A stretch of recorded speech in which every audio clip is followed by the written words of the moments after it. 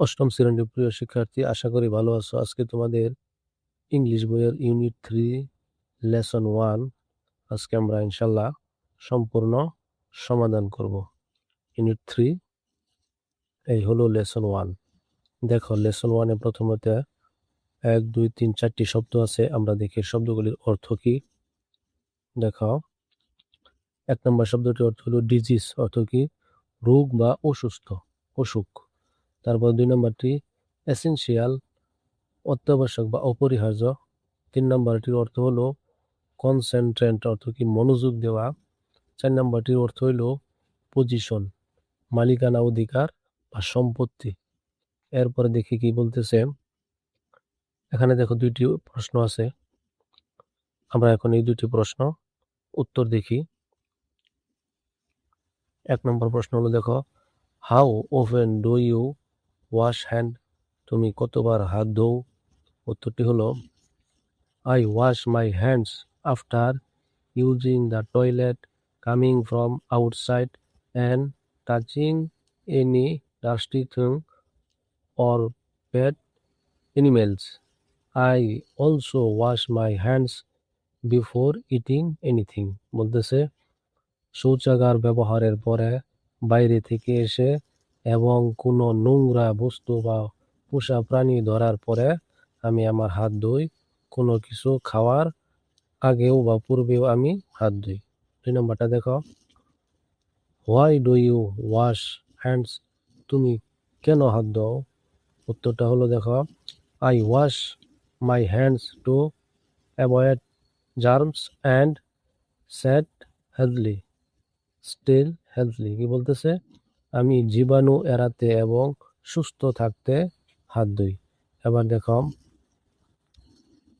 B নাম্বারে প্রশ্ন আছে 2টি। এই বি নাম্বারে দেখো, এই 2টি প্রশ্ন আমরা এবার সমাধান করি। উত্তর দেখি। 1 নম্বরটি দেখো, good health is essential for, দেখো, essential for us to live a happy and active life. তারপরে 2 নম্বরটি দেখো, physical exercise is necessary to keep our body fit and healthily. এটি হলো এই 2টির আনসার। এবার আমরা এই পুরো গল্পটি পড়ব উচ্চারণ সহ। এই গল্পটি পড়ার আগে কিছু গুরুত্বপূর্ণ শব্দের অর্থ দেখি। দেখো, যেমন 1 নম্বরে হেলথ, অর্থ কি? স্বাস্থ্য। 2 নম্বরে কন্ডিশন, অর্থ কি? অবস্থা। তারপরে 3 নম্বরে দেখো মাইন্ড, মন। ডিজিজ আগেই পড়েছি, রোগ। এসেনশিয়াল আগেই পড়েছি, হ্যাপি, সুখী, এটিও আগে পড়েছি। এভাবে দেখো, এই গল্পের জন্য গুরুত্বপূর্ণ কিছু শব্দের অর্থ আয়ত্ত থাকলে গল্পটি পড়তে আমাদের সহজ হবে। এবার চলো পুরো গল্পটি পড়ি। Health is the condition of our body and mind. স্বাস্থ্য হলো আমাদের শরীর ও মনের অবস্থা। It is it my it may be good or bad. এটি ভালো বা খারাপ হতে পারে। Good health means হেলথলি body free from disease. বলতেছে সুস্থতা বলতে রোগ মুক্ত সুস্থ শরীরকে বোঝায়। It is essential for everyone to lead a happy life. সুখী জীবনযাপনের জন্য এটি সবার জন্য প্রয়োজন। পরে, if we are not in good health we can not concentrate on any activity in our life. আমরা সুস্থ না থাকলে জীবনের কোনো কাজে মনোযোগ দিতে পারবো না। তারপরে দেখো, এ প্রবাদ গোস, হেলথ ইজ ওয়েলথ। একটি প্রবাদ আছে, স্বাস্থ্যই সম্পদ। It means health is equally valuable as good or any other personal পজেশনস। এর অর্থ স্বাস্থ্য, সোনা বা অন্য যে কোনো সম্পদের মতোই মূল্যবান।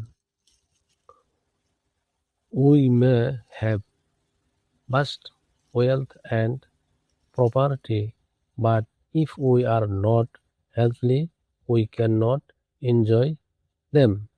আমাদের অনেক ধন সম্পদ থাকতে পারে, কিন্তু সুস্থ না থাকলে আমরা সেগুলো উপভোগ করতে পারবো না। টু কিপ দেখো, to keep ourselves healthily we have to be certain things. সুস্থ থাকার জন্য আমাদের কিছু নির্দিষ্ট কাজ করতে হবে। We have to take a balance diet. আমাদের সুষম খাদ্য গ্রহণ করতে হবে। We must exercise regularly to keep our body fit for work. কাজের উপযোগী শরীর রাখতে আমাদের নিয়মিত ব্যায়াম করতে হবে। There is an old saying, দেখো, early to bed and early to rise makes a man healthy, wealth and wise. একটি পুরনো প্রবাদ আছে, আগে ঘুমাতে যাওয়া এবং ভোরে ওঠা মানুষকে সুস্থ, ধনী ও জ্ঞানী করে তোলে। তারপর দেখো, so we should not keep late hours. তাই আমাদের রাত জেগে থাকা উচিত নয়। তারপর দেখো কি বলতেছে, এইভাবে পুরো গল্পটি একেবারে উচ্চারণ সহ দেওয়া আছে পূর্বে। এরপর এখন দেখো আমরা কি করব, এই টিক চিহ্নগুলি পূরণ করি। দেখো, 1 নম্বরের সঠিক হলো সি নাম্বার, 2 নাম্বারটি সঠিক হলো এস নাম্বার, 3 নাম্বারটি সঠিক হলো বি নাম্বার এবং 4 নাম্বারটি সঠিক হলো এ নাম্বার। আজকে এই পর্যন্ত। ইনশাল্লাহ আগামী পর্বে আমরা দেখব ইউনিট 3 লেসন 2। সে পর্যন্ত ভালো থাকো, ধন্যবাদ।